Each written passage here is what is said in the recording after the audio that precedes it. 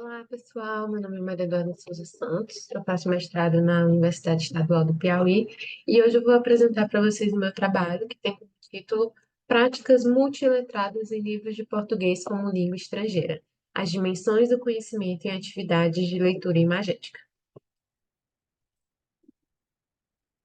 E para começar, eu gostaria de situar vocês no contexto desse trabalho, que é aquele em que os avanços tecnológicos digitais eles não só evidenciam a enorme variedade cultural e linguística das sociedades, como também facilitam a produção e o compartilhamento de textos visuais e multimodais.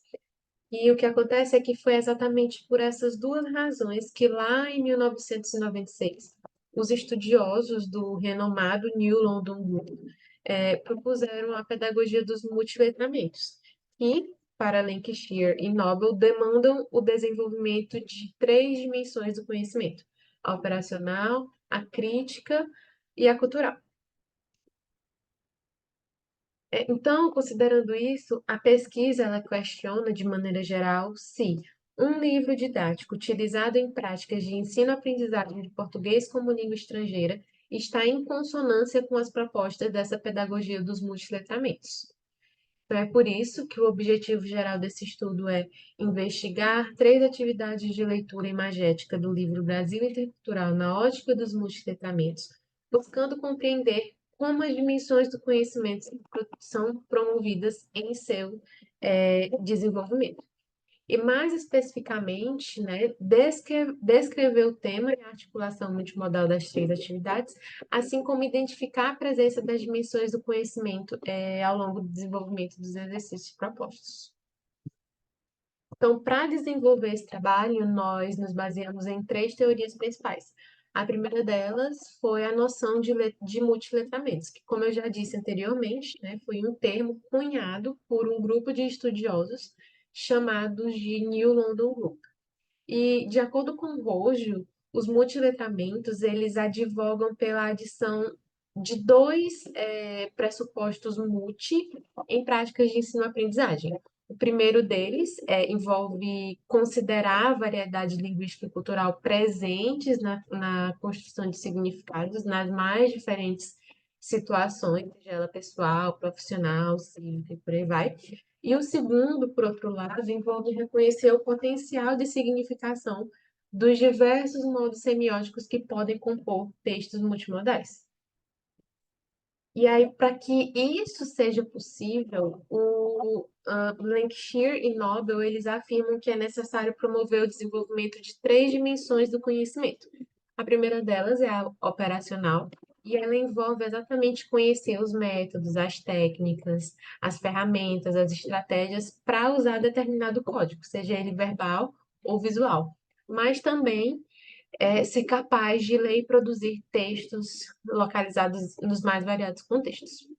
A segunda dimensão é a cultural, e nesse caso é aquele conhecimento que permite identificar o que é apropriado ou inapropriado em determinada prática comunicativa. E por último, tem-se também a dimensão crítica, que foca em reconhecer que as práticas de letramento elas são construídas socialmente.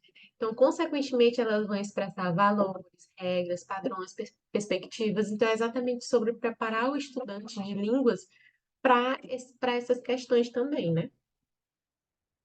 E, por fim, um dos materiais em que é possível observar a recorrência dessas dimensões é no livro didático, que, de acordo com Morales, Kiss e Guarda, é um dispositivo de gestão político-cultural institucionalizado.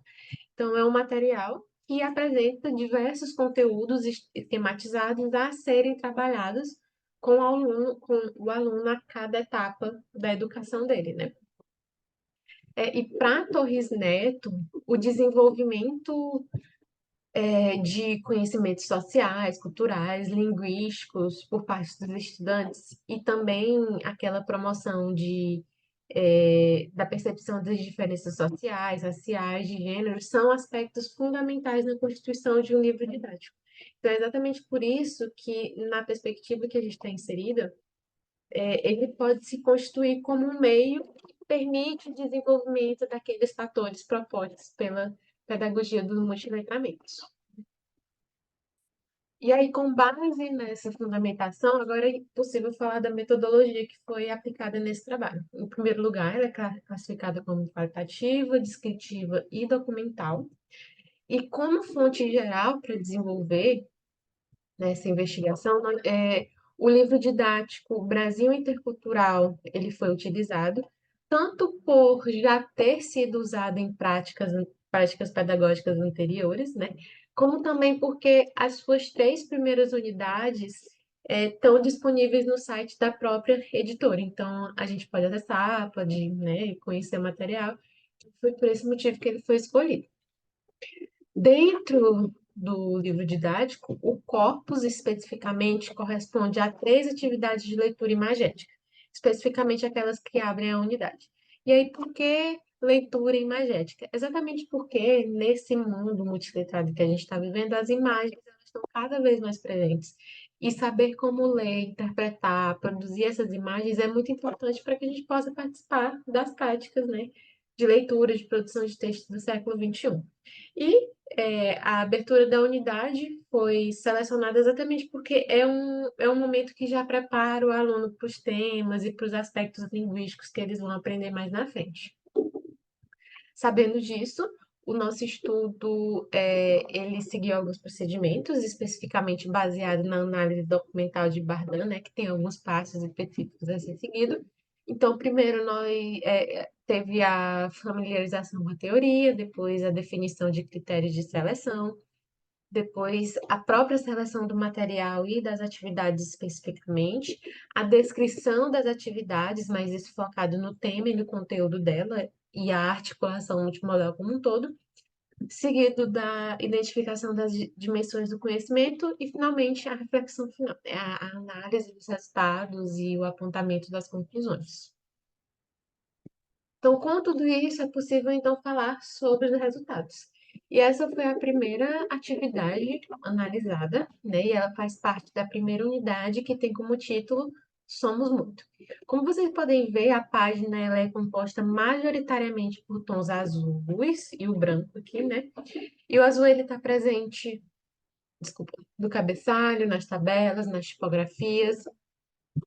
E, enquanto isso, a imagem que é foco da atividade, ela mostra um grupo de pessoas de etnias distintas que olham diretamente para o leitor. E aí, depois de ler ela, os alunos devem responder essas três perguntas aqui.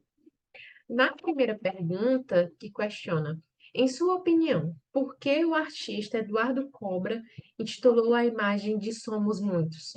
É possível perceber, né, que nessa pergunta existe a presença da dimensão operacional e crítica ao mesmo tempo. Exatamente porque o aluno ele é incentivado a observar as características da imagem e também os elementos que compõem ela, para que depois dessa observação eles possam refletir criticamente sobre o que aquilo significa e como que eles acham que se aplica ao contexto brasileiro, né? Que, como a gente sabe, é extremamente diversificado. Já na segunda pergunta, que diz: essa imagem representa sua percepção do Brasil e do povo brasileiro? Por quê?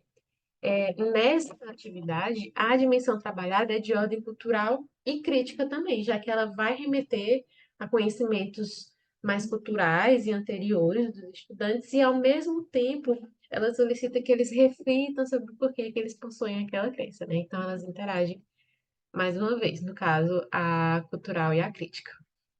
Algo muito parecido acontece na terceira pergunta, que questiona: que tipo de imagem representaria o povo de seu país, região? Nesse caso, os estudantes eles são induzidos a ativar mais uma vez os conhecimentos culturais e posteriormente refletir de forma crítica qual imagem que poderia representar eles. Ou seja, coloca o aluno não apenas no papel de leitor, mas como um quase produtor também, não produzindo, né? Eu acho que aqui caberia muito bem o professor ir lá, pedir para que eles mesmos produzissem uma imagem, um desenho, mas a questão ela direciona para essa ideia de produção, né? Então, a partir dessa observação geral, dá para perceber que todas as dimensões elas se fazem presente nas três perguntas, solicitando sim que o aluno utilize os conhecimentos dele, das mais variadas ordens, e além disso, é muito interessante notar que todas as perguntas se conectam diretamente com a imagem. Então, ele precisa recorrer à imagem, às características da imagem, para responder as perguntas. Achei isso muito interessante. Já na atividade 2 que, né, faz parte da unidade 2 que é intitulada É Rotina Todo Santo Dia, a gente pode perceber que ela segue o mesmo padrão gráfico da unidade um e é composta, mais uma vez, por tons azuis, ah, tanto na tabela, no cabeçalho, quanto nas tipografias também. Só que dessa vez, os estudantes eles precisam ler a capa de uma revista, que, como vocês podem ver, mostra uma mulher, assim, com a cabeça em chamas, meio agoniada com alguma situação, que é exposta aqui no texto verbal, né? Ela está com um fluxo de informações muito grande na cabeça dela. E aí, na primeira pergunta, que diz: qual capa, a- qual qual a relação entre o título Meu HD está lotado e a imagem que ilustra a capa? O que ela representa para você? Comente. Então, nesse caso, a gente observa novamente a presença das dimensões operacional e crítica.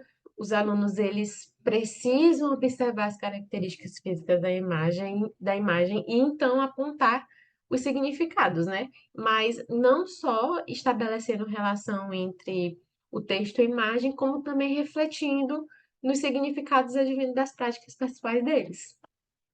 E aí, o próximo questionamento diz: quando as pessoas sentem que o HD está lotado? Cite exemplos e motivos de isso acontecer atualmente. E aqui dá para perceber um caráter cultural e crítico, porque ela está solicitando que os alunos observem as práticas anteriores e que eles façam isso apontando as razões pelas quais eles acreditam que aquilo acontece, né? E por fim, a pergunta: o que as pessoas devem fazer para não ficarem com excesso de atribuições é de caráter crítico, porque ela está solicitando que os alunos eles pensem em soluções para um problema que eles podem encontrar no futuro.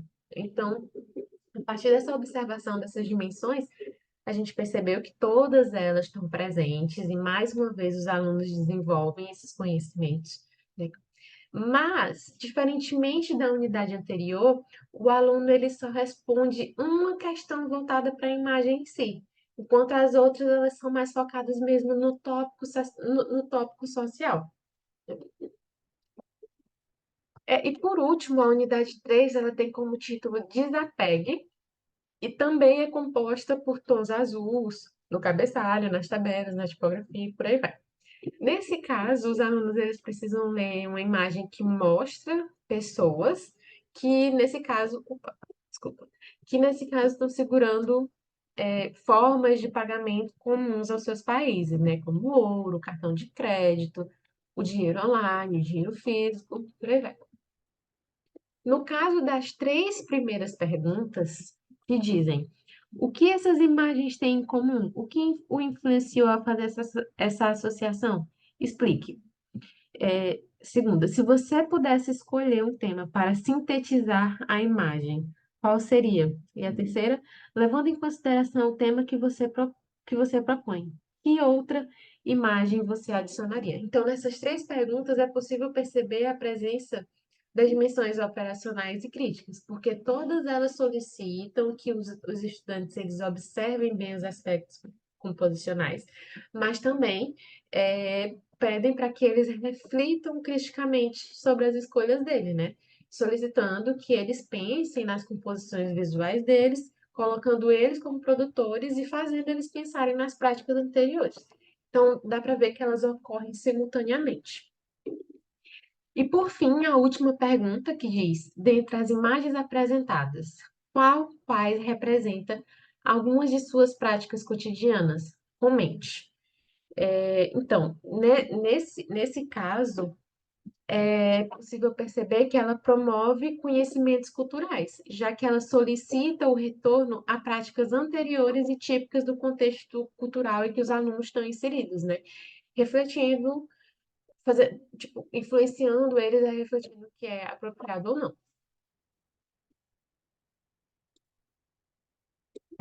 E com base nesses resultados, é possível concluir que as atividades do livro, elas promovem, sim, práticas multiletradas, não só preparando o aluno para a aprendizagem gramatical da língua, mas também para uma interpretação mais crítica dos textos visuais, né, que circulam na sociedade brasileira.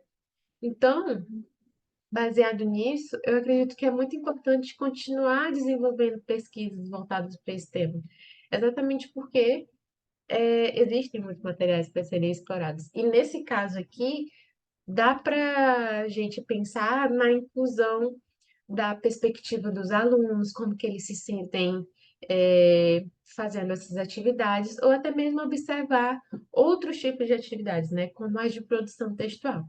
Então, essa foi a minha apresentação, eu espero que vocês tenham gostado, e muito obrigada pela atenção de vocês.